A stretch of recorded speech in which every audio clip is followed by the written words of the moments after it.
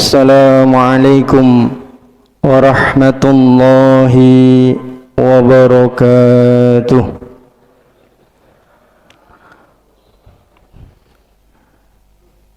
Innal hamdalillah nahmaduhu wa nasta'inuhu wa nastaghfiruh wa na'udzu bihi min shururi anfusina wa sayyiati a'malina.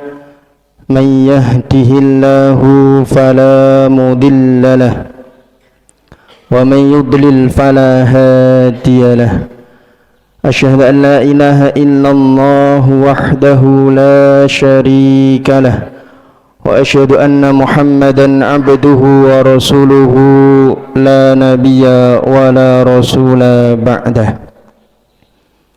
Qala Allah Ta'ala fi kitabihil karim, a'udzu billahi minasyaitonir rajim.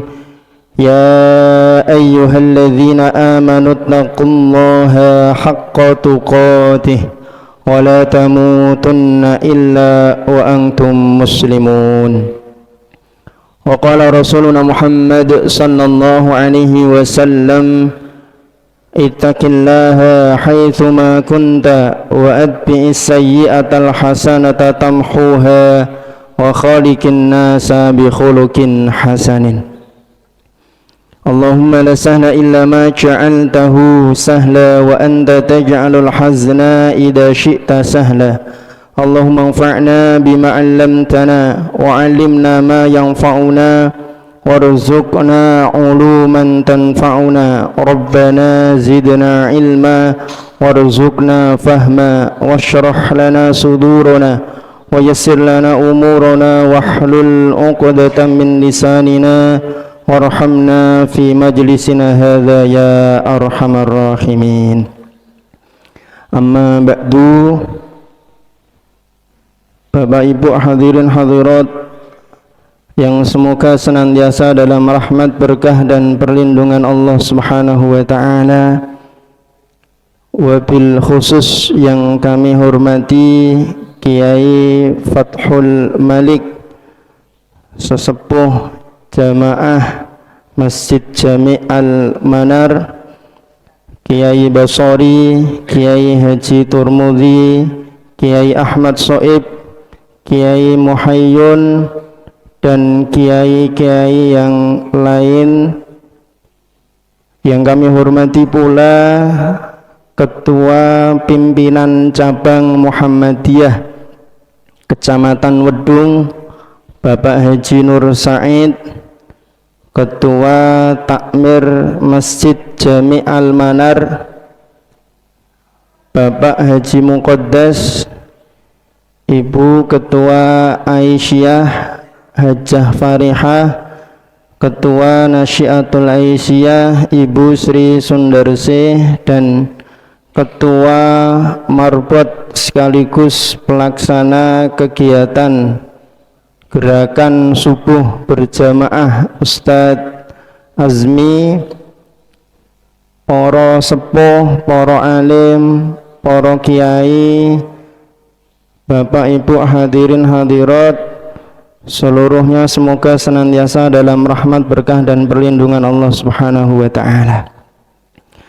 Terlebih dahulu sebelum kami memulai materi kami pagi hari ini, mohon izin kepada para kiai, para sepuh seluruhnya, karena tuntutan dan permintaan dari panitia, kami yang muda ini harus duduk di depan dan lebih tinggi dari panjenengan semua.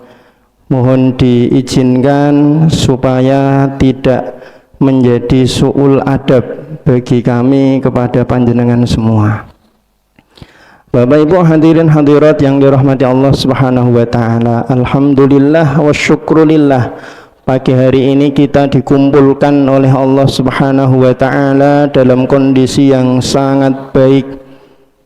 Kita dalam kondisi muslim dan mukmin, dikaruniai oleh Allah Subhanahu wa taala kesehatan dan kebugaran. Dengan Islam, iman dan kesehatan tersebut, Allah Subhanahu wa taala memperkenankan kita untuk kembali dapat menunaikan dan melaksanakan kewajiban kita sholat subuh dengan berjamaah. Apalagi pagi hari ini kita lanjutkan dengan majelis ilmu. Semoga satu persatu amal soleh dan kebaikan yang kita lakukan dari sejak membuka mata pagi hari ini seluruhnya diterima oleh Allah Subhanahu wa ta'ala, dicatat sebagai amal soleh yang kelak di hari kiamat menghantarkan kita kembali dapat berkumpul lagi, bermajelis lagi di dalam surganya Allah Subhanahu wa ta'ala. Karena Bapak Ibu jamaah yang dirahmati Allah Subhanahu wa ta'ala, sungguh kesempatan masuk ke dalam surganya Allah Subhanahu wa ta'ala adalah kesempatan yang sangat langka, dan tentu kita tidak tahu amal soleh mana dari sejak kita balik, dari sejak kita mukallaf yang diterima oleh Allah Subhanahu wa ta'ala. Maka semoga dengan bentuk syukur kita ini kepada Allah Subhanahu wa ta'ala, menggunakan seluruh nikmatnya untuk senantiasa taat kepada Allah, Allah berkenan sekali lagi untuk kelak meridhoi kita dan mengumpulkan kita di dalam surganya. Amin Allahumma amin. Salawat dan salam kita haturkan pada uswah hasanah kita Nabiullah Muhammad sallallahu alaihi wasallam, kepada keluarga beliau, para sahabat beliau, dan orang-orang yang senantiasa istiqomah menetapi sunnah dan manhaj beliau hingga nanti hari kiamat tiba. Semoga Bapak Ibu jamaah rahimakumullah ta'ala kita senantiasa diberikan taufik, kemudahan, kelancaran untuk senantiasa melayakkan diri mendapatkan syafaat Rasulullah sallallahu alaihi wasallam. Semoga kita semuanya tidak menjadi bagian daripada umat beliau yang emoh masuk surga. Loh, nopo enten Mas? Tiang kok mboten purun mlebet swarga? Dawuhe Kanjeng Nabi enten Bapak Ibu. Nabi Muhammad sallallahu alaihi wasallam nate dawuh wonten salah setunggalipun hadis, kullu ummati yadkhulunal jannah, kabeh umatku bakal mlebu swarga illa man aba, kejaba sing emoh, kecuali yang enggan. Para sahabat terus setengah kaget, tangklet, wa man ya'ba ya Rasulullah, sinten niku tiyange njeng Nabi kok mboten purun mlebet swarga. Banjur Nabi Muhammad sallallahu alaihi wasallam dawuh menjawab, man ata'ani dakhalal jannah wa man asani faqad aba. Sapa wonge sing taat ing sira bakal mlebu swarga.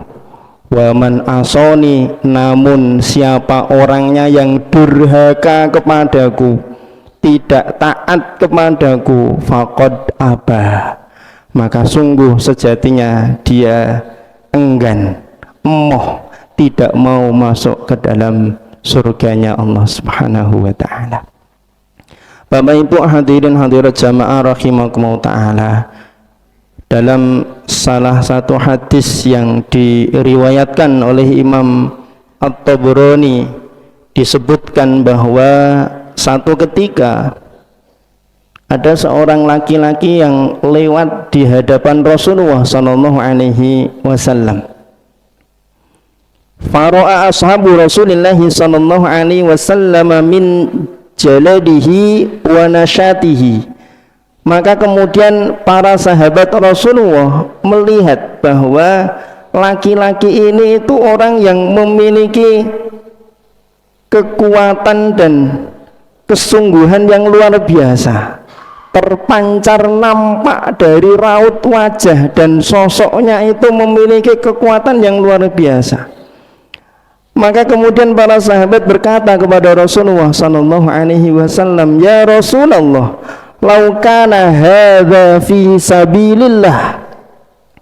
Wahai Rasulullah, seandainya kekuatan orang ini digunakan fi sabilillah, di jalan Allah untuk berjihad, niscaya akan sangat luar biasa. Maka Bapak Ibu jamaah rahimakumullah taala, Rasulullah sallallahu alaihi wasallam bersabda mengomentari apa yang disampaikan oleh para sahabat. In kana kharaja yas'a ala waladihi sigharan fahuwa fi sabilillah. Seandainya berangkatnya orang itu, keluarnya orang itu dari rumahnya dalam rangka dia berusaha untuk menafkahi anak-anaknya yang masih kecil, maka dia fi sabilillah, dia berada di jalan Allah. Wa in kana kharaja yas'a ala abwaini syaikhaini kabiraini fahuwa fi sabilillah. Kalau keluarnya orang itu dari rumahnya dia berusaha bersungguh-sungguh untuk menafkahi kedua orang tuanya yang sudah sepuh, fahuwa fi sabilillah, maka dia pun fi sabilillah. Sabda Rasulullah sallallahu alaihi wasallam. Wa in kana kharaja yas'a ala nafsihi yu'iffuha fahuwa fi sabilillah. Kalau dia keluar berangkat untuk mencukupi kehidupan dirinya dalam rangka supaya dia tidak meminta-minta, bisa berlaku dan bertindak iffah, fahuwa fi sabilillah, maka dia pun fi sabilillah. Kemudian ditutup oleh Rasulullah sallallahu alaihi wasallam, wa in kana kharaja yas'a riya'an wa mufakharatan fahuwa fi sabili syaitan. Namun apabila dia pergi bekerja itu, keluar dari rumahnya itu dalam rangka untuk pamer, riya'an wa mufakharatan atau berbangga diri, maka dia fi sabili syaitan, di jalannya setan. Bapak Ibu jamaah rahimakumullah taala, hadis ini disebutkan dalam kitab At-Targhib wa Tarhib, kemudian ditakhrij oleh Syekh Al-Albani, diantaranya statusnya adalah sahih li ghairihi, artinya bisa kita pakai sebagai hujjah, sebagai pedoman hukum. Bapak Ibu jamaah rahimakumullah taala, hari ini banyak laki-laki, terutama non sewu yang sudah berstatus sebagai suami, bekerja mencari uang, mengupayakan kecukupan untuk rumah tangga, namun dalam hatinya, dalam pikirannya, mindsetnya itu hanya sekedar lumrahe wong lanang, maceme wong lanang. Atau bahkan non sewu barangkali di antara jamaah ada yang belum menikah, yang masih muda-muda, mengupayakan dia punya pekerjaan, menabung, kemudian menyiapkan finansial untuk dia nanti menikah, niatnya ya jengene wong lanang mosok ngisin-ngisini dan seterusnya dan seterusnya.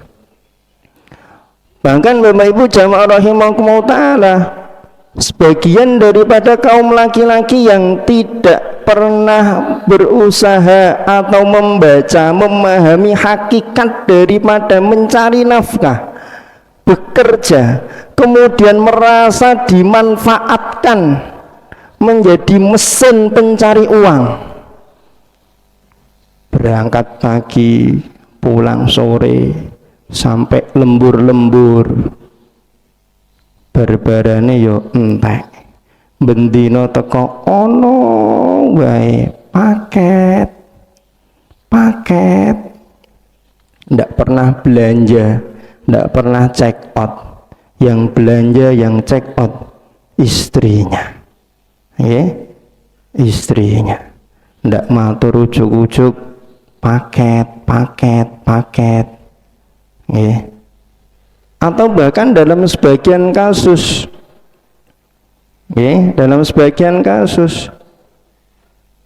karena ada perasaan tidak qanaah baik pada diri yang laki-laki maupun yang perempuan, akhirnya non sewu nuruti gengsi. HP kudune sing apik, TV kudune sing apik, motor kudune sing apik, pakaian kudune sing apik, rumah nek mboten marmeran, mboten marem, nek mboten dicat sing sae nggih izin. Akhirnya napa? Mek utang rono rene ngalor ngidul. Akhirnya niku mau dari sudut pandang si suami kemudian merasa dimanfaatkan niku mau untuk membayar angsuran, membayar tagihan dan seterusnya. Sehingga pada satu titik nanti akan mengalami fase burnout, akan sampai pada satu titik betul-betul merasa capek, letih yang luar biasa. Bapak Ibu jamaah rahimakumullah ta'ala, padahal Islam memandang bahwa mencari nafkah itu tidak hanya sekedar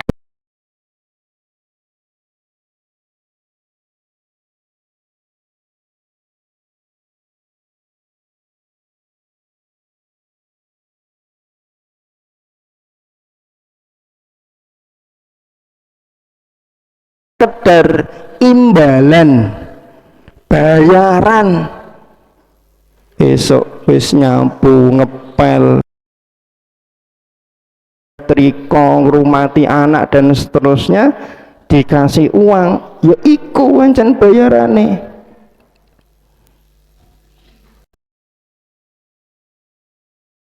Saat tertekan, yang istri merasa, apalagi kalau satu waktu uang atau nafkah yang diberikan tidak banyak, tidak seperti biasanya.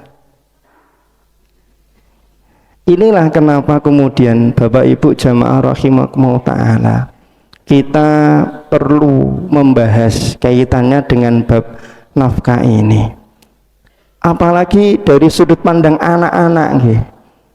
Bagaimana bapak dan ibunya berinteraksi kaitannya dengan bab nafkah. Ini akan menjadi bahasanya niku napa? Silent mentorship. Pendidikan yang tidak diutarakan, tidak diucapkan, tapi otomatis anak itu nanti akan meniru. Anak laki-laki akan melihat bagaimana bapaknya mengupayakan kecukupan untuk keluarga. Anak perempuan akan melihat kepada bapaknya, oh kalau bapaknya sungguh-sungguh dalam mengupayakan nafkah, oh seperti ini loh harusnya nanti calon suami yang saya cari. Artinya Bapak Ibu jamaah rahimakumullah ta'ala, bab nafkah ini bukan pembahasan yang biasa, artinya pembahasan yang semestinya menjadi satu di antara banyak perhatian kita, dan kita berharap dengan membahas tema ini mengembalikan mindset kita, kepada jalur yang tepat, jalur yang benar, kan ngoten, bahwa nafkah, mencari nafkah, bekerja tidak semata-mata hanya kelumrahan sebagai laki-laki, bukan hanya maceme wong lanang, tapi lebih dari itu, ada nilai ibadah luar biasa. Bahkan disebut dalam hadis yang tadi di awal kita bahas, kita baca, disebut oleh Rasulullah Sallallahu Alaihi Wasallam fi sabilillah.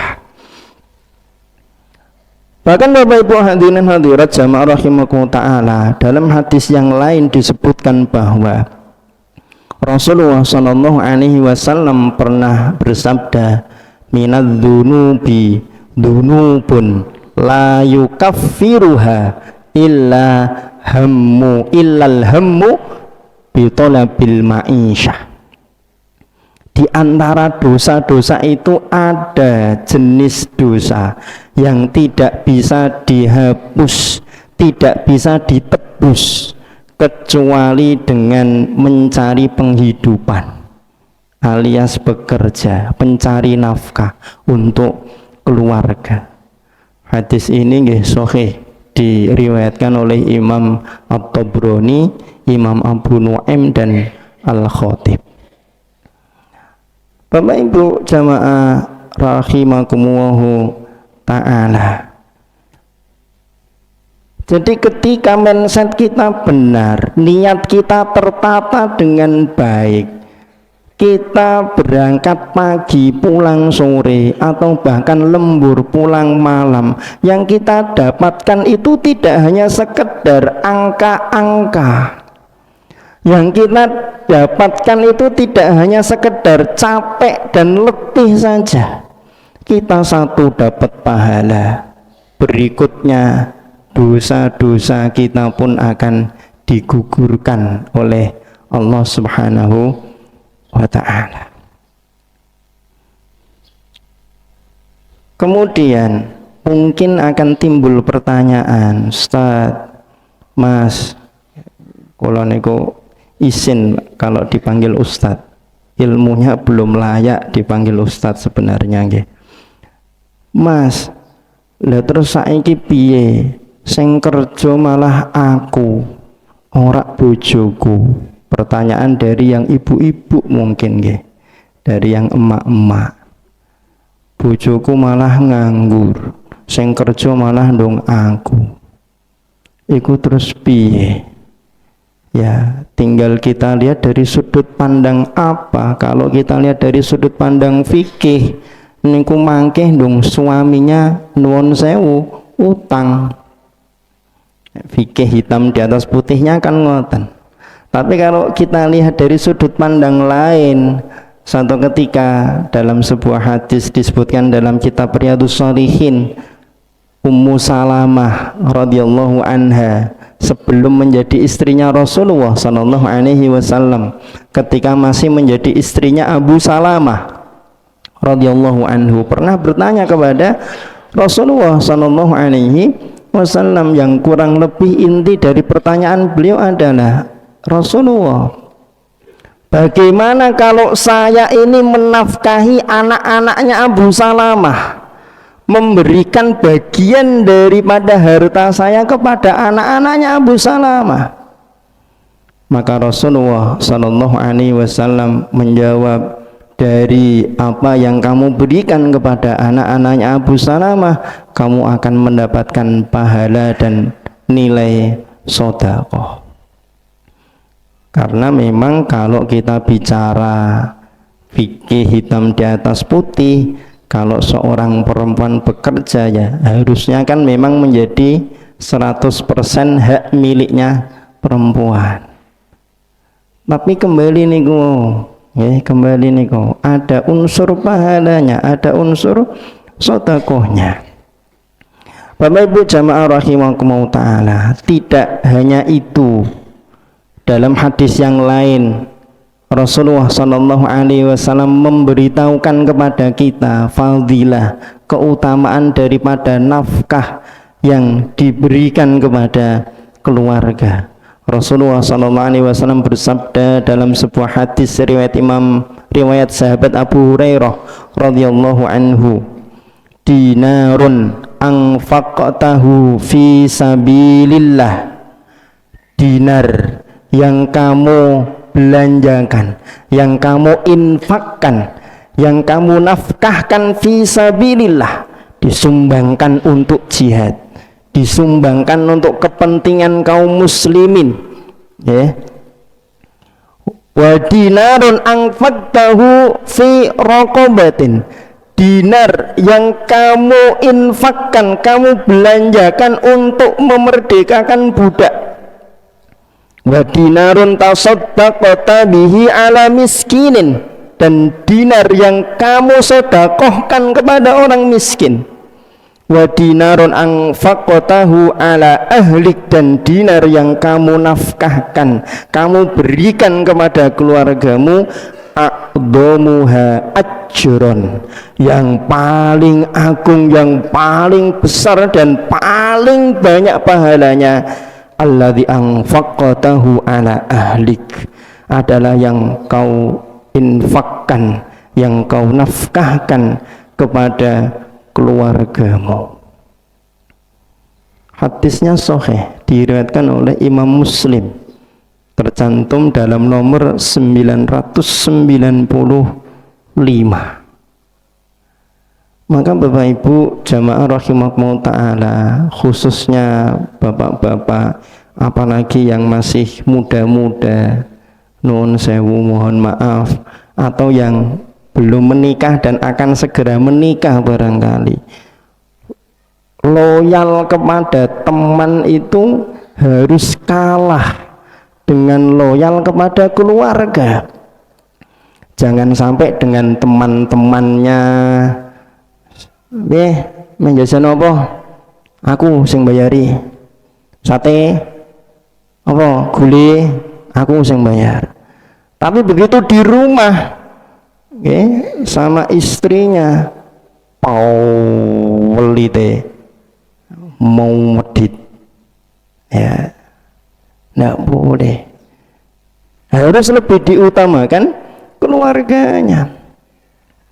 Boro-boro traktir teman, kalau kita baca dalam tafsir surat Al-Baqarah 5 ayat pertama itu, para ulama menjelaskan bahwa infak itu yang harus paling lebih diutamakan ya infak wajib, nafkah wajib.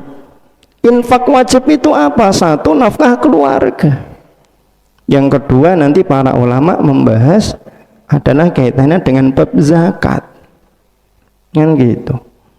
Jangan dibolak-balik, untuk keluarga dibelakangkan, diakhirkan untuk kepentingan teman-teman, loyalnya luar biasa. Keluarga terpenuhi dulu, tercukupi dulu, baru kemudian yang lain. Bapak Ibu jamaah rahimakumullah ta'ala, kemudian yang paling akhir, fadilah, keutamaan daripada nafkah ini adalah nopo? Akan menjadi penghalang dari neraka, akan menjadi penghalang dari neraka. Ada satu hadis diriwayatkan oleh sahabat Adi bin Hatim. Beliau meriwayatkan satu sabda Rasulullah SAW yang barangkali sudah sangat sering kita dengar, ittaqun nar walau bisyikki tamroh, selamatkanlah diri kalian dari neraka walau hanya dengan sedekah bisyikki tamroh. Syikki tamroh niku satu butir kurma dibagi dua, Bapak Ibu. Kalau kita bayangkan hari ini, orang sedekah kok kurma separuh, niku napa enten? Ya izin. Kecuali kalau modelnya dilebukke ten kotak melampah, lah niku menawi kok mboten izin. Kan ngoten nggih, nek kotak melampah niku kan kelutik ngoten. Karena ndak kelihatan, bisa kita sembunyikan kan ngoten. bisyikki tamroh, sebelah separuh kurma. Dan ternyata ada satu hadis berkenaan dengan bab ini dari Bunda Aisyah radhiyallahu anha. Hadisnya nggih barangkali sudah pernah kita dengar. Kurang lebih terjemahnya, satu ketika datang seorang perempuan membawa 2 anak, ngetuk pintu rumahnya Ibunda Aisyah radhiyallahu anha, minta-minta Bapak Ibu. Ibunda Aisyah radhiyallahu anha niku banjur mlebet goleki napa ingkang saged dipun paringke dhateng perempuan niki wau. Goleki ten kamar, ndudah lemari, sampai ke belakang, sampai dapur niku Ibunda Aisyah radhiyallahu anha tidak menemukan kecuali hanya 1 butir kurma.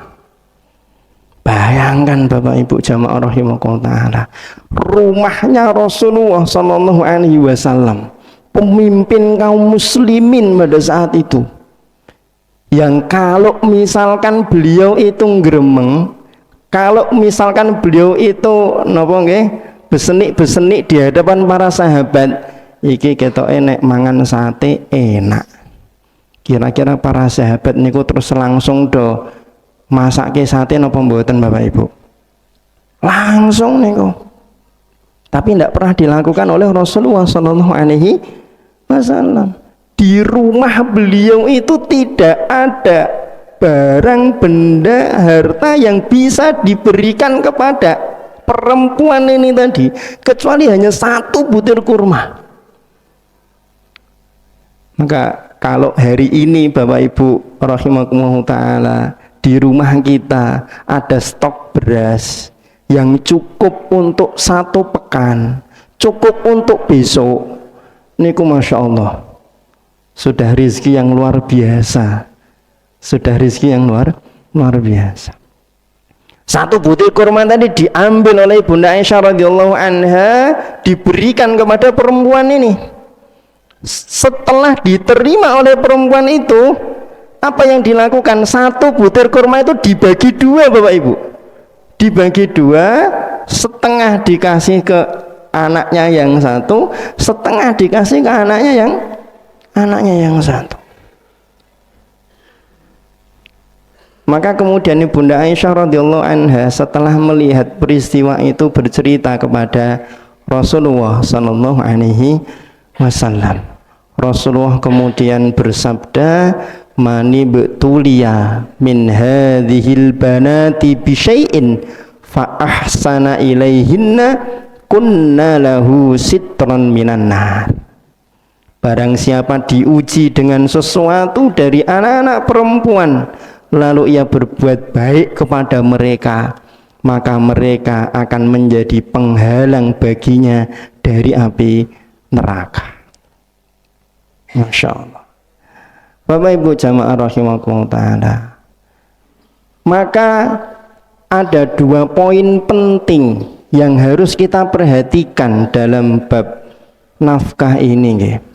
Dalam bab nafkah ini, dan ini harus kerjasama baik yang bapak maupun yang ibu. Ini yang belum menikah, belum berkeluarga, semoga menjadi satu di antara banyak bekal supaya nanti mindsetnya dalam bab nafkah ini benar dan tepat, tidak keliru. Yang pertama, nopo? Nafkah itu yang penting halal, bukan yang penting banyak, bukan yang penting ada, tapi yang penting halal. Yang penting halal. Maka untuk muda-muda yang belum menikah, ada satu nasihat menarik dari Ustadz Salim Afillah. Beliau itu pernah nyampaikan dalam sebuah kajian kaitannya dengan pernikahan. Apa kata beliau? Seorang laki-laki itu untuk menikah tidak harus punya pekerjaan, yang penting siap kerja. Yang penting siap kerja. Tidak harus punya pekerjaan, yang penting siap kerja, dan kerjanya harus pekerjaan yang halal, pekerjaan yang halal. Nah, untuk ibu-ibu, ya, untuk para istri, para perempuan, ada satu perkataan dan kalimat yang perlu barangkali kita teladani dari para salaf. Para istri di zaman salaf itu sebelum suaminya berangkat kerja, wekase niku setunggal. Ya Aba Fulan, bapaknya Fulan. Kalau anaknya namanya Agus misalkan, nggih, Pak Ane Agus, innana nasbiru ala alamil ju, kami ini mampu bersabar, mampu menahan diri ala alamil ju, terhadap pedihnya lapar. Nek mung nahan lapar kami kuat. Wala nasbiru ala alami adabillah, tapi kami tidak akan mampu bersabar, menahan diri, kuat ngatasi siksanya Allah Subhanahu wa ta'ala. Fattaqillaha fina, maka bertakwalah kamu kepada Allah dalam mencari harta, mencari nafkah yang akan kamu berikan kepada kami. Kenapa Bapak Ibu jamaah rahimakumullah ta'ala, dalam sebuah hadis Rasulullah bersabda, innahu la yarbu lahmun nabata min suhtin, sungguh tidaklah satu kerat daging, satu potong daging itu tumbuh dari suhtin, makanan yang haram, illa kanatin naru aula bihi, melainkan neraka itu lebih layak bagi daging yang tumbuh dari makanan yang haram. Dan ini Masya Allah contoh dari para salaf luar biasa banyaknya. Sayyidina Umar bin Khattab radhiyallahu anhu itu diantara banyak salaf yang luar biasa dalam bab halal haram syubhat, luar biasa. Satu ketika beliau Umar bin Khattab radhiyallahu anhu diberi hidangan susu unta. Sebelum beliau minum, beliau tanya, susu unta ini dari mana? Ternyata susu unta itu diperah dari dari unta sodakoh yang merupakan milik Baitul Mal kaum muslimin. Apa yang dilakukan oleh Umar bin Khattab? Ditolak, tidak jadi diminum. Umar bin Abdul Aziz yang oleh para mu'arrikh disebut sebagai khalifah kelima, Khulafaur Rasyidin yang kelima, sebagian mu'arrikh. Beliau itu orang yang suka makan roti dikasih madu, Bapak Ibu. Satu ketika akan makan, yang ada itu cuma roti, tidak ada madu. Lah banjur Umar bin Abdul Aziz terus bilang kepada istrinya, iki tek ra ono madune ning endi? Tak selang lama akhirnya kemudian istrinya datang membawakan madu. Sebelum dimakan, sebelum dioleskan ke roti, Umar bin Abdul Aziz nanya kepada istrinya, kamu dapat madu ini dari mana?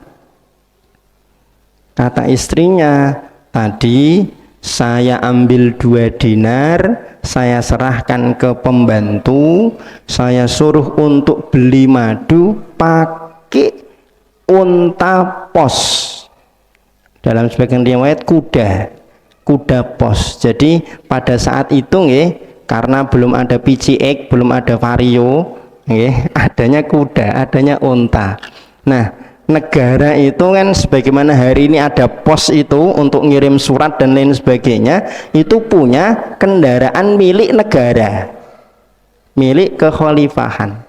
Untuk nopo? Digunakan ngantar barang-barang tadi itu. Begitu dikasih tahu bahwa madu yang dihidangkan itu dibeli menggunakan uangnya sendiri, tapi memanfaatkan unta atau kuda milik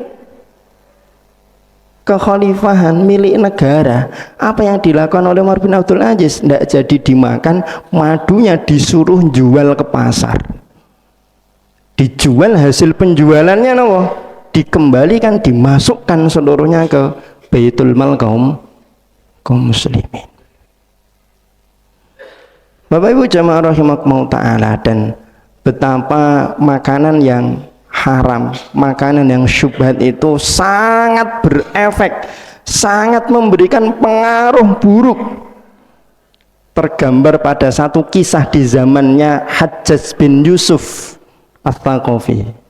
Kita tahu memang betul Hajjaj bin Yusuf itu diantara nabiin, diantara salaf yang punya jasa besar untuk kaum muslimin, untuk Islam. Disebutkan bahwa diantara yang mengawali ada harokat fathah, kasroh, dhammah dan seterusnya itu adalah Hajjaj bin Yusuf. Loh, berarti ndek mbiyen urung ono harokat. Nggih, dulu ndak ada, Pak. Makanya orang belajar Quran itu dulu kan memang sorogan, nggih, sorogan, musyafahatan. Ya ngapal dari gurunya, dari ustadznya, dari kiainya. Nonton. Baru harokat itu nggih belakangan ini berkembang terus sampai hari ini kan Al-Quran itu ada yang warna-warni, nggih. Ikhfa warnanya merah, idhar warnanya nopo-nopo dan seterusnya. Memang beliau ini punya jasa untuk Islam, tapi dalam banyak kitab sejarah disebut Hajjaj bin Yusuf ini adalah seorang yang diktator, seorang yang zalim, luar biasa zalimnya kepada kaum muslimin. Para ulama banyak yang dibunuh oleh Hajjaj bin Yusuf. Nah, ada satu momen menarik Hajjaj bin Yusuf ini, persinggungannya dengan penduduk Irak. Hajjaj bin Yusuf ini tidak pernah mengangkat wakil di Irak kecuali umurnya pasti tidak panjang, mesti sediluk lengser, sediluk lengser, sediluk lengser dan seterusnya.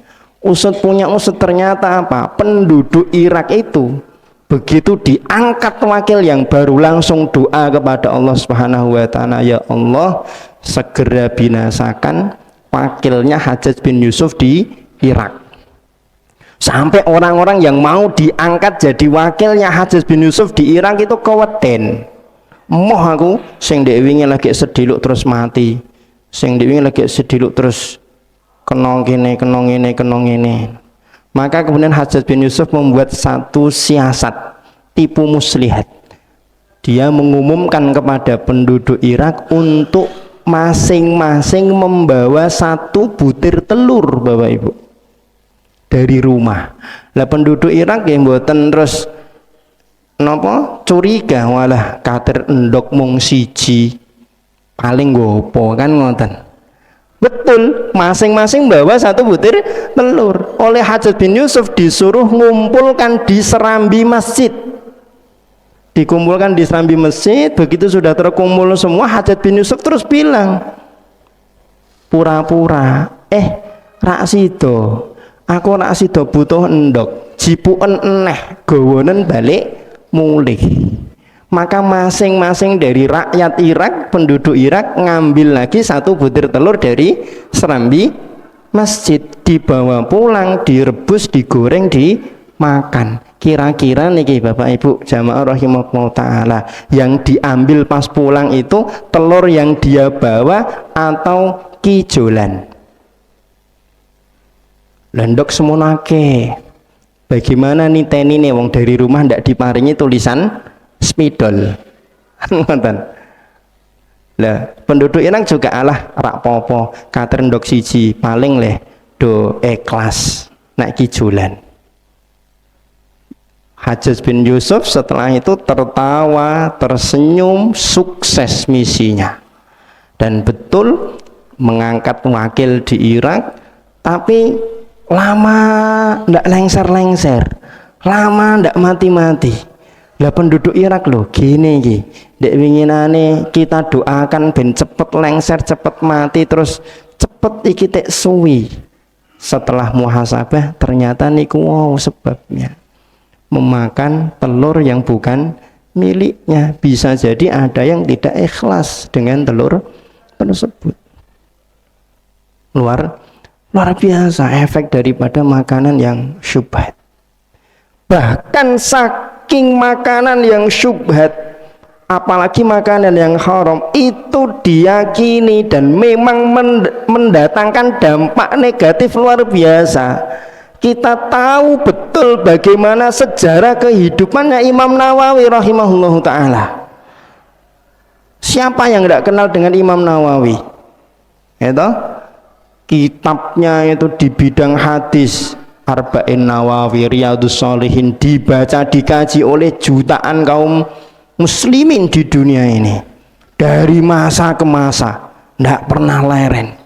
Baca rahimahullah, didoakan oleh jutaan miliaran kaum muslimin. Imam Nawawi rahimahullahu ta'ala itu ketika nyantri Bapak Ibu, ketika proses tolabul ilmi dibawa oleh ayahanda beliau dari kota Nawa ke Damaskus, ya. Dari Nawa ke Damaskus itu tadi malam saya searching pakai Google Map. Kalau naik mobil itu 1 jam 36 menit. Tapi kan dulu belum ada mobil, ya. Nah, kalau jalan kaki itu 17 jam. Ya, mungkin kalau naik kendaraan kuda atau unta ya, di angka 10 jaman mungkin ya, kurang lebih. Itu Imam Nawawi nyantri di Damaskus, tolabul ilmi di Damaskus, itu ndak pernah makan makanan kecuali hanya makanan yang dikirim oleh ayahanda beliau dari kota Nawa. Nggak boleh makan makanan yang lain. Kenapa? Bapak beliau, ayahanda beliau ingin memastikan tidak ada satu suap pun makanan yang masuk ke dalam mulutnya Imam Nawawi kecil kecuali makanan yang betul-betul halal, betul-betul thayyib. Makanya Masya Allah Imam Nawawi meskipun umurnya tidak panjang tapi berkahnya luar biasa. Nah, ini sekaligus nyambung nggih. Dulu pas pertama kami di sini ada pertanyaan, kenapa kok orang-orang dulu walaupun nyantrinya, mencari ilmunya, ngajine iki rekoso, tapi do dadi. Tapi hari ini banyak fasilitas luar biasa, mudahnya, alat berkembang canggih. Tapi kok justru malah banyak yang nyantrine tolabul ilmi ini kurang jadi. Bisa jadi diantara faktornya gini, makanan yang dikonsumsi, sangu yang diberikan oleh orang tua kepada anaknya. Sebegitu ngefeknya memang Bapak Ibu jamaah rahimakumullah ta'ala. Makanya dalam sebuah hadis kan Rasulullah SAW mengisahkan ada seorang yang safar, rambutnya kusut, bajunya berdebu, gitu. Orang yang safar itu kan doanya kan mustajab. Dia berdoa kepada Allah, tapi tidak dikabulkan oleh Allah. Kenapa? Pakaiannya haram, makanannya haram, minumannya haram. Lalu gimana mau diijabah doanya? Yang dipakai, yang dimakan, yang diminum haram. Nah ini Bapak Ibu jamaah rahimakumullah ta'ala, poin yang pertama dari bab nafkah adalah nopo? Yang penting halal. Nggih, Bapak, para suami, para laki-laki berusaha, yang ibu-ibu nggih ngemotaken terus. Lho Mas, iki teh ujug-ujug kowe ndidit mburuh iku kok ngendi? Ojo-ojo kowe ngeslet iki. Ojo-ojo kowe nopo-nopo dan seterusnya. Harus diingatkan, harus saling kerjasama karena niku mau nggih ngefek kepada putranya, kepada anaknya.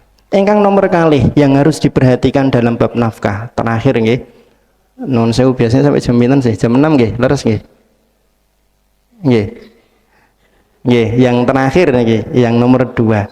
Dalam bab mencari nafkah yang harus diperhatikan nopo? Jangan sampai bekerja mencari nafkah kemudian melalaikan ibadah.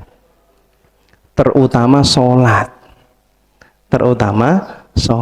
Keranten nopo Bapak Ibu jamaah rahimakumullah taala? Orang bekerja itu kan supaya dapat uang, dapat harta untuk hidup. Oke, bisa dapat uang, dapat harta untuk hidup. Masa mencari rizki untuk hidup malah lupa dengan zat yang memberikan hidup,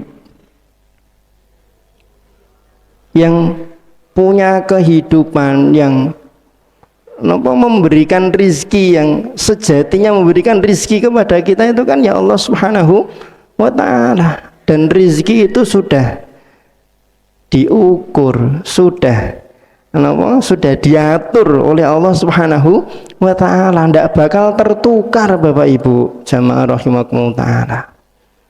Mau kerjanya 24 jam full non-stop atau tidak 24 jam, nek jatahe semono ya entuke semono kan gitu. Lah terus piye berarti wis anggar leha-leha nyantai-nyantai engko nek jatahe entuk rezeki lah. Untuk rezeki nggih mboten, tetap berusaha, berikhtiar, tapi usaha dan ikhtiarnya sewajarnya, jangan sampai lalai, lupa kepada Allah Subhanahu wa ta'ala. Kan ada satu anekdot niku nggih, saya kurang tahu pasti ini sahih atau tidak. Sepertinya sih kisah yang dibuat untuk diambil hikmahnya. Ada orang kecemplung sumur. Ada orang kecemplung sumur. Akhirnya dibantu oleh tetangga teman-temannya untuk supaya bisa naik. Kan ngoten. Singkat cerita akhirnya dia bisa selamat naik keluar dari sumur. Sudah disiapkan 1 gelas susu oleh teman-temannya, oleh tetangga-tetangganya. Begitu diminum habis 1 gelas susu, kepleset, kecemplung lagi ke dalam sumur, meninggal dunia. Artinya apa? Jatah rizkinya dia belum habis, masih tersisa susu 1 gelas. Begitu jatah rizkinya habis mula umurnya, Maka ini lagi-lagi kerjasama antara suami dan istri, anak-anak ngoten ndak apa-apa, mengingatkan orang tuanya, Bu, Pak, lekmu bugawe kok sek rak salat, sek rak eling wayah, dan seterusnya diingatkan, saling komunikasi, tawasau bil haq tadi nggih, wa tawasau bil marhamah, dengan penuh kasih sayang, tawasaunya. Khawatirnya Bapak Ibu jamaah rahimakumullah taala, kalau kita bekerja sampai lupa waktu, lupa kepada Allah Subhanahu wa taala, yang kita dapatkan justru malah hati kita menjadi sempit. Kalau hati kita menjadi sempit, hilang rasa tenang. Kan ngoten. Hilang rasa tenang, akan selalu merasa kurang. Nah, ini ada satu definisi kaya yang menarik nggih. Kapan sih seseorang itu bisa disebut kaya? Ketika sampai level apa orang itu disebut kaya? Orang itu sampai bisa disebut level kaya ketika dia sudah tidak butuh tambahan lagi. Itu kaya. Walaupun rumahnya banyak, rekeningnya banyak, full isinya, kendaraannya banyak, tapi kalau dia masih merasa kurang, artinya dia belum kaya. Kan ngoten. Maka disebutkan oleh Imam Syafi'i rahimahullahu taala dalam diwan beliau, al-abdu kal malik in qona wal maliku kal abdi in toma. Walaupun dia itu budak, tapi dia bisa menjadi seperti raja kalau dia qanaah. Walaupun dia raja, dia akan menjadi seperti budak kalau dia selalu tomak, rakus. Bapak Ibu jamaah rahimakumullah ta'ala, lebih daripada itu, kalau hilang keberkahan juga kan ketoke akeh tapi cepet entek. Kan ngoten nggih. Kayaknya dapatnya banyak tapi kok rasanya lagi dek wingi tombo iki entek, iki entek dan seterusnya dan seterusnya. Nggih.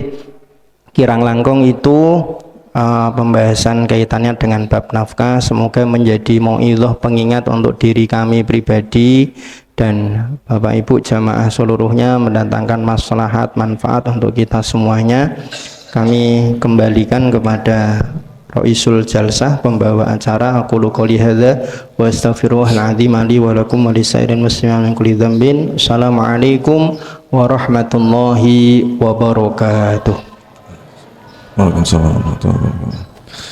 Jazakumullah khair Ustadz Farid yang telah memaparkan tentang rezeki yang berkah. Yakni sesi selanjutnya Ustadz, yakni tanya jawab. Untuk sesi pertama dari putra dulu, monggo para bapak ibu. Ustadz Wahid satu, yang satunya lagi sinten?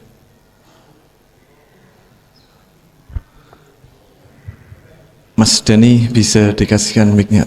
Bapak Mustajib. Semonggo.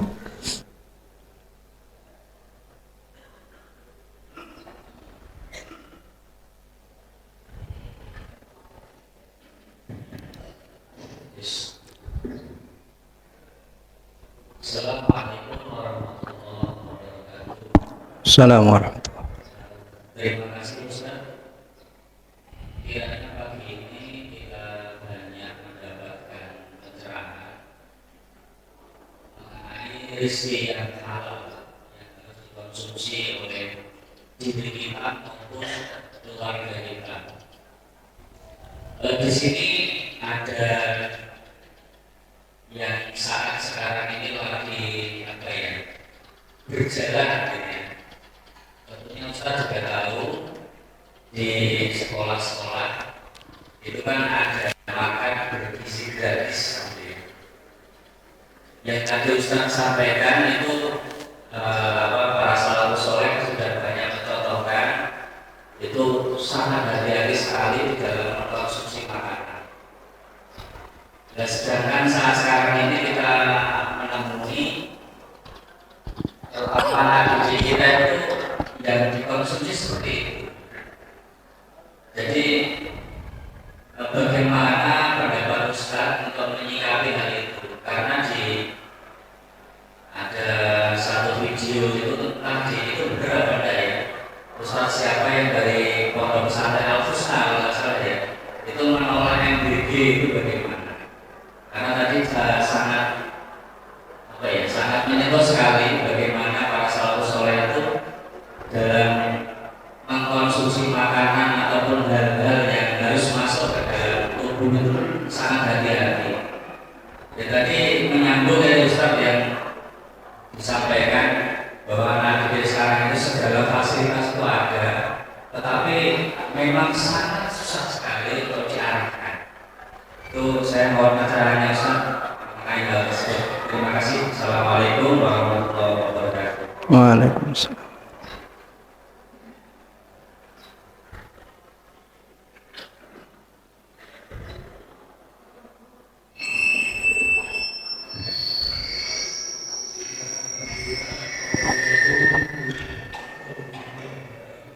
Assalamualaikum.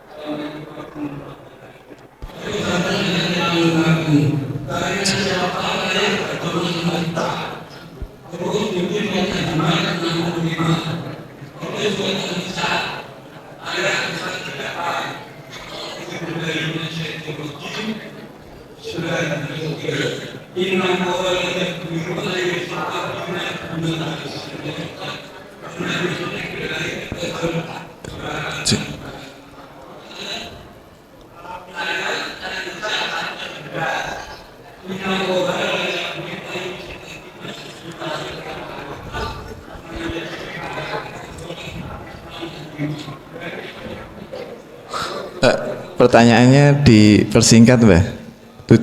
Intinya seperti apa? Pengen bertanya sama Ustaz. Salam. Gimana, Bapak Ibu sekalian? Assalamualaikum warahmatullahi wabarakatuh.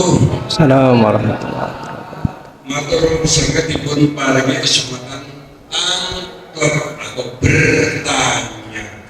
Bertanya kula katakan sing wedok pikantuk penghasilan sing lanang kosong terus tundi hukume wong lanang kowamun alamisa pikantuk hasil sing wedok saged sing lanang nganggur terus tundi putusanipun mergo jalur kowamun alamisa matur nuwun.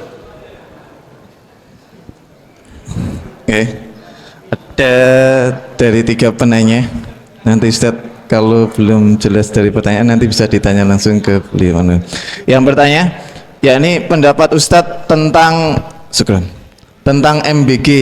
Yang kedua, apakah ada kaitannya kenakalan anak itu dengan rezeki yang tidak berkah?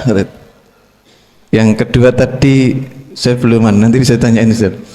Pertanyaan dari Mbah Turmudi, hukum wanita yang kerja tetapi laki-lakinya tidak bekerja, apa hukumnya Ustaz? Syukran Ustaz.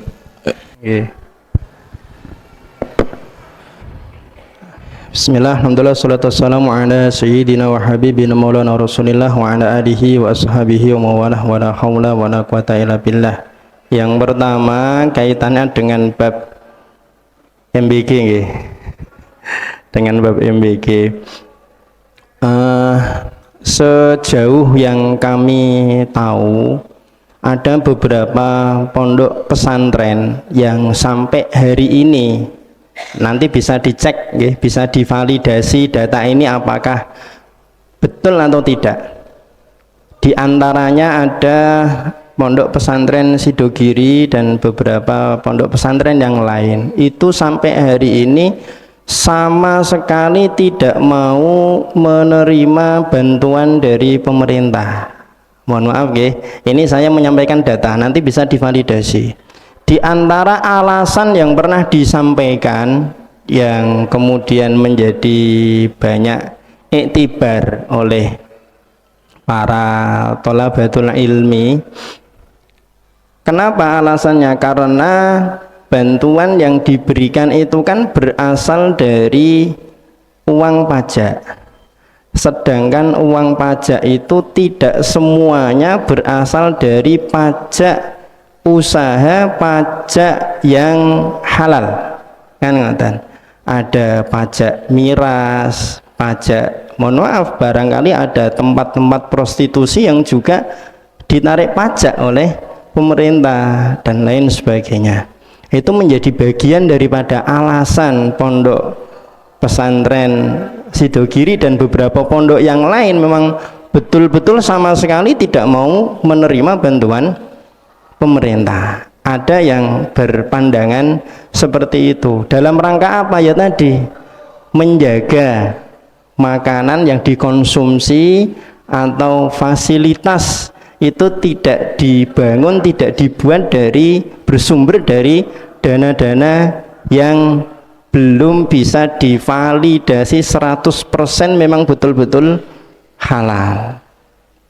Ada juga satu riwayat yang sampai kepada kita, bagaimana orang-orang Quraisy dulu di zaman jahiliyah kalau mau merenovasi Masjidil Haram, merenovasi Ka'bah, itu tidak mau ngambil dari harta riba yang mereka lakukan. Mereka mengakui bahwa riba itu harta kotor. Jadi harta-harta yang kotor itu sama sekali tidak boleh dikumpulkan untuk dipakai merenovasi Baitullah. Itu yang dilakukan bahkan oleh orang-orang Quraisy di zaman jahiliyah terdahulu.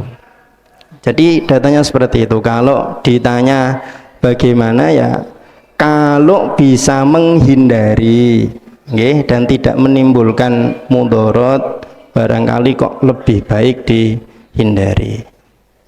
Tapi nopo tidak bisa juga kemudian kita menyalahkan 100% kepada mereka yang menerima, barangkali memang betul-betul membutuhkan dan lain sebagainya, ada alasan-alasan yang lain. Tapi kalau ditanya bagaimana pandangan saya pribadi, niku mau kalau memungkinkan tidak diambil, tidak usah diambil.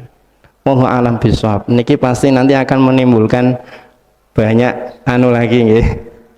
Itu subjektif dari saya lah. Kemudian kalau yang soal videonya Ustadz Mudhofar dari Al Husna, itu memang betul valid, beliau mengharamkan karena memang melihat bahwa bagaimana luar biasanya korupsi, penyalahgunaan dana yang ada di struktur pengelolaan MBG ini. Allah a'lam bishawab. Kemudian yang kedua tadi, apakah ada kaitannya dengan sulitnya anak untuk diarahkan, dididik, kaitannya dengan bab makanan atau rezeki yang dikonsumsi. Ada satu kisah menarik, Imam Abdul Malik Al-Juwaini, Imamul Haromain, itu ketika beliau menyampaikan satu materi atau ketika diskusi dengan para murid beliau, itu sesekali beliau itu kadang tersendat terus harus mengulangi kalimat beliau, kan gitu. Maka kemudian ditanya oleh sebagian murid beliau, Syekh, Kiai, Ustadz, kenapa kok panjenengan kadang itu kok terus tersendat harus mengulangi kalimat panjenengan? Diceritakan oleh Imam Abdul Malik Al-Juwaini, Imamul Haromain ini, dulu ketika saya kecil, kata beliau, saya pernah nangis, ibu saya sedang sibuk masak di dapur, kemudian saya dicanda oleh seorang perempuan, kemudian disusoni hanya 1 atau 2 sedotan, langsung konangan oleh bapak saya. Nah, bapak saya itu dari sejak sebelum nikah memang sudah betul-betul menjaga bab makanan ini, ngelompok ke uang untuk nikah ya memang dipastikan betul yang halal. Ketika akan menikah cari perempuan yang solehah betul, dan udah dipeseni, istrinya udah dipeseni, pokoknya anak kita ini harus dijaga.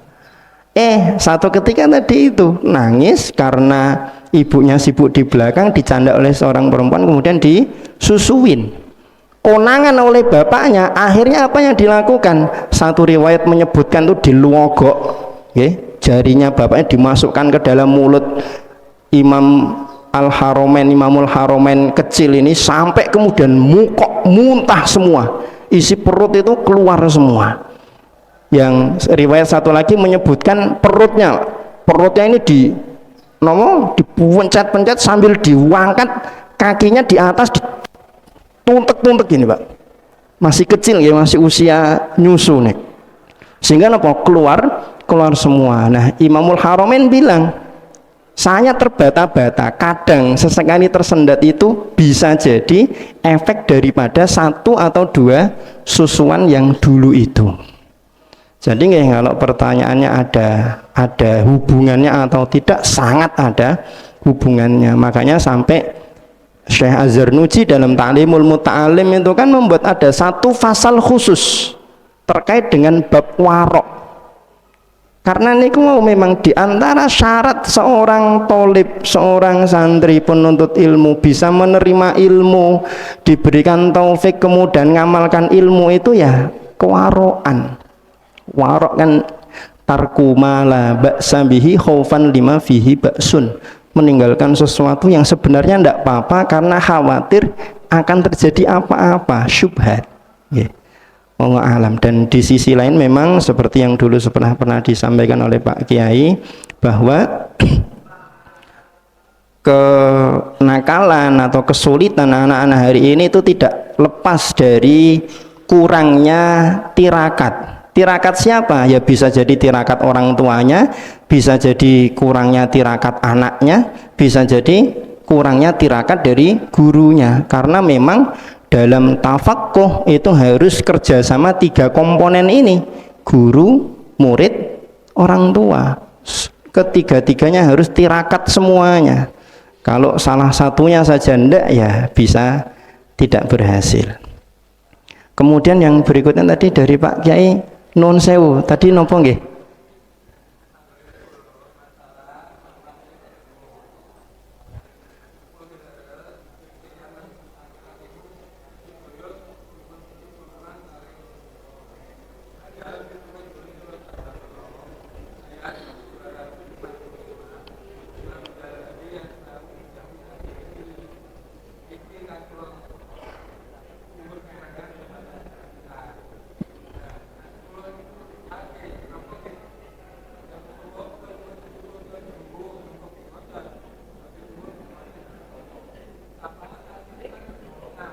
Nggih.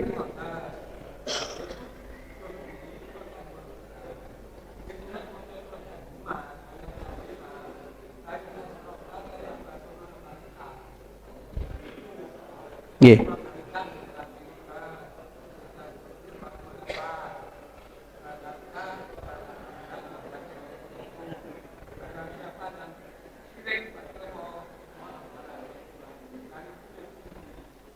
Oh, nggih.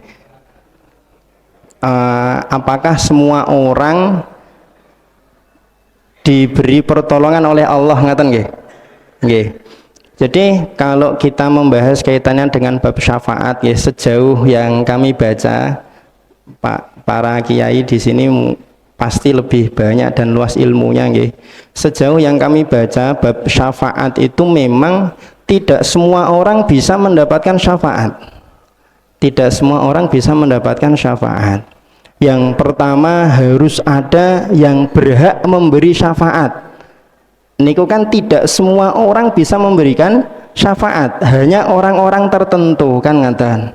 Kemudian yang kedua niku syaratnya napa? Idnullahi ta'ala lil masyfu'. Harus mendapatkan izin dari Allah Subhanahu wa taala untuk orang yang akan dikasih syafaat. Wong hatta nggih, hatta niki berdasarkan satu keterangan Nabi Muhammad SAW itu kan tidak bisa kemudian meminta untuk supaya Abu Thalib dimasukkan ke dalam surga, kan mboten saged. Bisanya nopo? Ya hanya diringankan, lebih diringankan siksanya di neraka.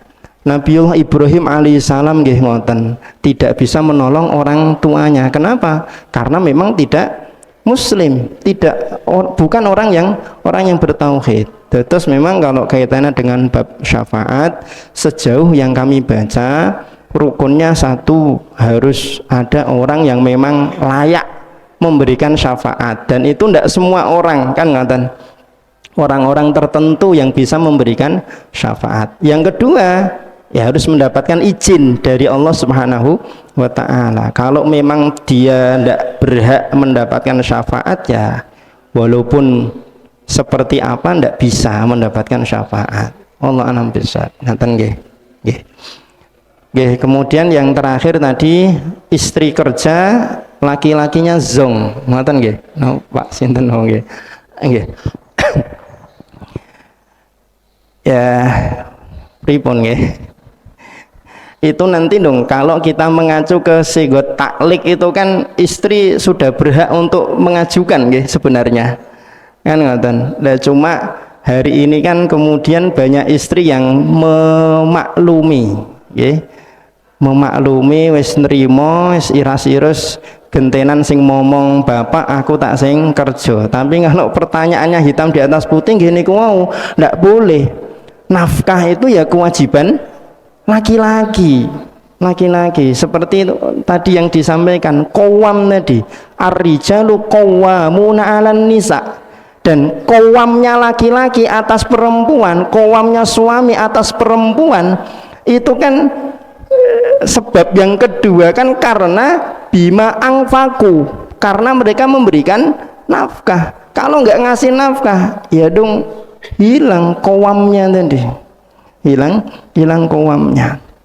Dan beberapa waktu lalu sempat ada fenomena, ada yang meriset ternyata, tapi ini enggak terjadi di Demak, terjadinya di Jepara.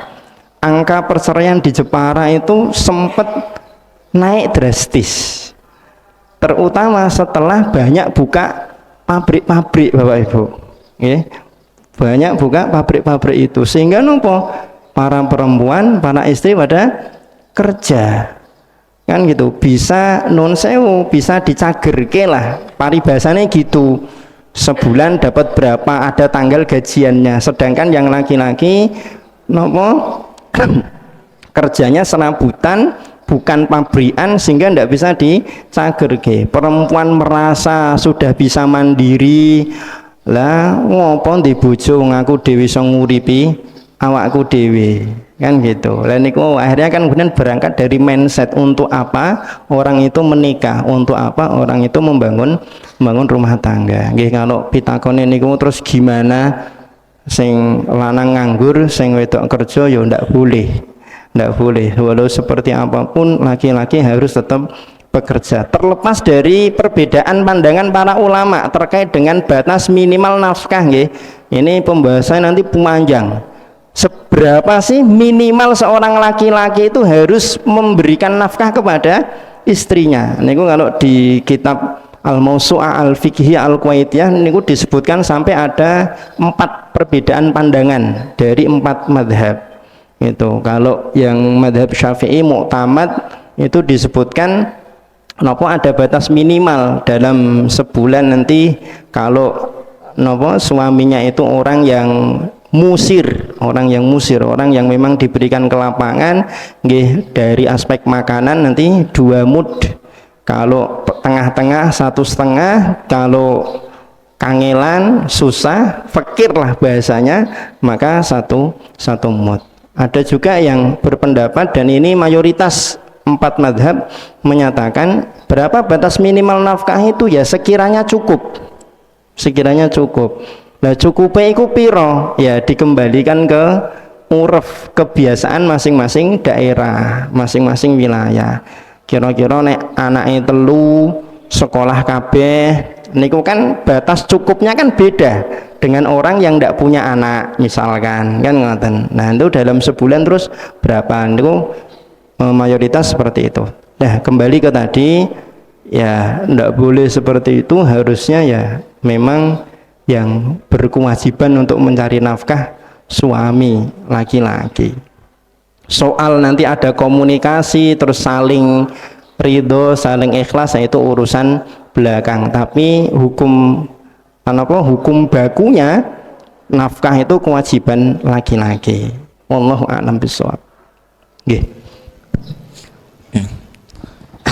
Untuk selanjutnya kita kasih jatah yang putri bertanya, nggih Bapak Ibu, walaupun udah lagi nanti takutnya golek kerja wis ora oleh, takok wis untuk jatah kan gitu.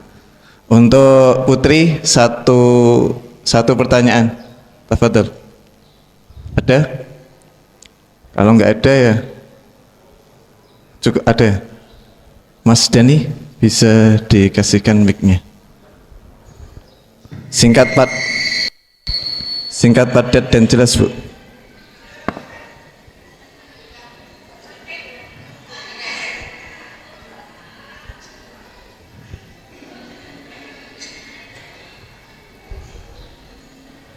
Bismillahirrahmanirrahim. Assalamualaikum warahmatullahi wabarakatuh. Waalaikumsalam. Terima kasih atas waktunya. Ini izin bertanya ke Ustaz tentang keberkahan rezeki. Keberkahan rezeki itu apa sih kan gitu? Terkadang kita dilihat gini, saya kerja terus kok uangnya seperti habis ya. Kalau sedang dilihat itu dia itu kayaknya kerjanya malas tapi kok duitnya akeh kayak gitu ya. Tapi kan kita pikirannya kayak gitu. Nah, yang dari sudut pandang kita itu yang terjadi di sekarang itu ya Pak, anaknya orang yang kaya-kaya misal dia itu gak jadi apa-apa, tapi anak orang yang minim rezekinya, Masya Allah, ada yang jadi ustaz, ada yang jadi dokter. Itu gimana Ustaz? Apakah keberkahan rezeki itu terjadi ketika kita mensyukuri atau kita merasa cukup? Apakah yang terjadi di pokoknya di masa di keluarga kita gitu? Kok jadi anak saya jadi kiai padahal Pak Anu yo kerjanya biasa-biasa baik. Saya anak yang suka kok tak jadi pokok itu. Mohon penjelasan ya Ustaz. Terima kasih atas waktunya. Assalamualaikum warahmatullahi wabarakatuh. Waalaikumsalam warahmatullahi wabarakatuh. Langsung? Nggih. Bismillah, salatu wassalamu ala sayyidina wa habibina maulana Rasulillah wa ala alihi wa ashabihi wa mawalah wa la haula wa la quwata illa billah. Apa itu keberkahan rizki? Kalau kita coba ulik nggih, tanda rizki itu berkah. Tanda rizki itu berkah. Yang pertama adalah al-kifayah. Seberapapun yang didapat itu teko cukup. Gitu al-kifayah. Karena nggih itu tadi ada yang ketoke wakeh tapi kok kurang terus, ada yang dapatnya pas-pasan tapi teko cukup, kan ngoten. Saya pribadi niki nggih ngalami nggih Bapak Ibu rahimakumullah taala, dulu ditinggal orang tua merantau ke ibu kota, tinggal bareng dengan simbah niku kalau pulang dari ngenduri bawa napa besek, napa bawa ceting, bawa berkat niku ada telur rebusnya satu butir niku nggih ditum 8 Bapak Ibu. Tapi nggih memula cekap nikmat, cekap dan nikmat. Makan di rumah itu udah kayak di pesantren, nun sewu nggih. Nek urung jame, kalau belum jam makan ya ndak boleh makan. Mau gembor nangis kaya apa ya ndak bakal dikasih. Tapi nggih niku mau al-kifayah, ada rasa cukup niku, sedikit tapi cukup. Makan nasi belum tentu 3 kali sehari, kadang pagi sarapan gobet nggih, sarapan tiwul ngaten niku. Tapi nggih cekap. Tapi nggih cekap niku. Kemudian yang kedua di antara tandanya adalah ad-dawam.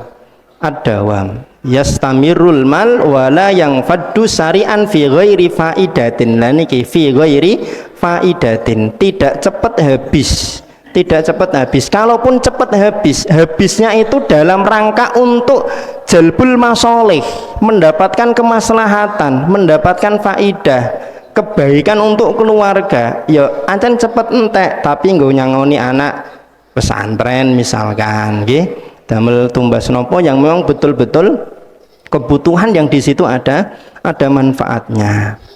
Kemudian Bapak Ibu rahimakumullah taala, di antara yang menjadikan rezeki kita itu berkah adalah nopo? Qanaah niku mau. Qanaah niku nopo sih? Puas nggih. Puas, merasa cukup, puas, kan ngoten. Anane apa ya iku sing dipangan, kan ngoten. Kenapa kok orang itu bahkan makan ayam goreng itu terasa ndak nikmat? Karena sambil makan ayam goreng sing diangen-angen sate misalkan. Beda dengan orang yang sarapan nasi anget, sambel, tahu tempe goreng, wis tambah nopo misalkan, wis dadar sairis lah misalkan. Tapi ya adanya itu yang dimakan. Itu nikmatnya luar biasa, kan ngoten. Lah niku kemudian yang paling akhir di antara tanda keberkahan rezeki adalah nopo? At-taufiqu lit-ta'ah. Mendapatkan taufik dari Allah Subhanahu wa taala untuk senantiasa taat dan patuh kepada Allah Subhanahu wa taala. Lah adapun perbedaan tadi, orang yang kaya anaknya ndak jadi Apa-apa orang yang biasa-biasa saja kok anaknya mana jadi orang terpandang, ulama dan lain sebagainya, ya bisa jadi bagian daripada barokah rezeki tadi itu. Tapi tidak semua orang kaya terus anaknya tidak jadi apa-apa, nuwun sewu. Dulu banyak para ulama itu yang kaya raya. Soalnya makanya dong kesane kudune dadi wong melarat nek pengen dadi wong alim. Kan ngaten nggih. Dulu niku banyak ada ulama yang yo alim, yo sugih. Kan ngaten. Di antara contohnya sinten? Abdullah ibnul Mubarak. Abdullah ibnul Mubarak niku hampir tiap tahun haji Bapak Ibu. Ben tahun haji terus. Sedekahnya niku nggih pun ra amput-amput. Niku Abdullah ibnul Mubarak. Yo mujahid, yo saudagar, yo ulama. Niku. Dan contoh yang lain ya tentu banyak di antara para salaf yang mereka ya kaya ya kemudian alim, tapi memang dalam proses untuk thalabul ilmi rata-rata ngentekke duit nggih, ngentekke duit. Imam Syafi'i kita baca dalam kisah beliau itu sampai jual rumah. Imam Muhammad bin Al-Hasan salah satu muridnya Imam Abu Hanifah niku dulunya niku nggih perlente luar biasa, nuecis pakaiannya itu mahal, parfumnya niku nggih wangine pol. Tapi dalam rangka untuk thalabul ilmi, ya untuk safar, untuk beli kitab dan lain sebagainya, khidmah kepada gurunya, akhirnya ludes habis dalam proses untuk thalabul ilmi. Allah a'lam bishawab. Sejauh yang saya tahu seperti itu. Jazakumullah khair Ustaz atas jawabannya, dan kami minta maaf untuk ibu-ibu yang masih kami yakin masih banyak pertanyaan, tapi karena sudah waktunya sudah mulai siang. Bapak-bapak, ibu-ibu yang kami hormati, semoga apa yang beliau paparkan kepada kita semuanya dapat memotivasi kita semuanya untuk mencari nafkah yang berkah, yakni nafkah yang bisa mendatangkan manfaat, kebaikan dan ketenangan jiwa kita semuanya. Dan kami informasikan untuk infak gerakan subuh berjamaah pagi ini sebesar 1.900.000 ya. Insya Allah setelah ini nanti ditutup, monggo Bapak Ibu semuanya bisa menikmati bareng-bareng sarapan bersama, saling ngobrol, saling itu. Gitu aja kami tutup majelis ini dengan doa kafatul majelis. Subhanallahumma billahi taufiq wal hidayah wa ridha wal inayah wa liqa'im. Assalamualaikum warahmatullahi wabarakatuh.